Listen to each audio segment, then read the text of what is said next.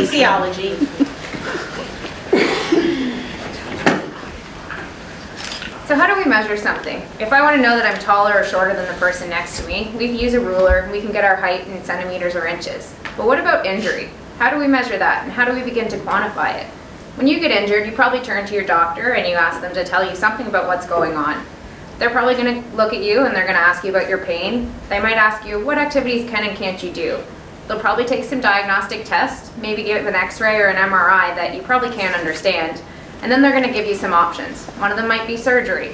And then you're still left asking, is that going to work, and how do I get better?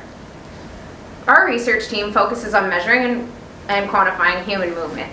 And in doing so, we focus on the shoulder. The shoulder is one of those joints that we use in many of the activities that we do in our daily life. It's also very susceptible to injury, and here in Nova Scotia, it's second to low back pain in terms of workplace injury.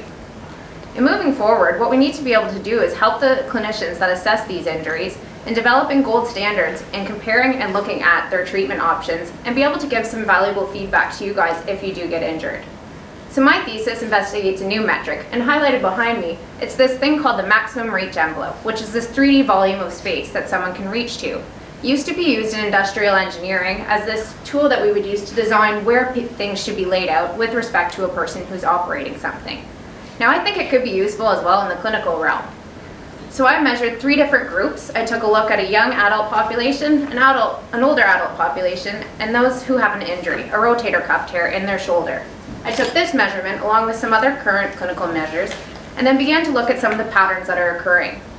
So we could see that there were different factors that affect where someone can reach to and on their overall shoulder function. So I looked at age, injury, also what happens if you give someone a small weight, such as lifting a glass of orange juice. All of these things have an effect on this metric, and we were actually able to quantify it. So in moving forward, what we need to be able to do is take this metric and have some sort of healthy norm so we can compare between different groups. And so if you do get injured, we know where you need to get back to post-surgery. In moving forward, we'll be looking at this in conjunction with current clinical standards and using the knowledge that we have as biomechanists, ergonomics, engineers, and all of these different health disciplines towards moving into clinical assessment for diagnosis. So at the end of the day, we can turn to you and say, if you're injured and you're asking us the question of, can I get better and is this surgery going to work? We'll have an objective measure to give to you. Thank you.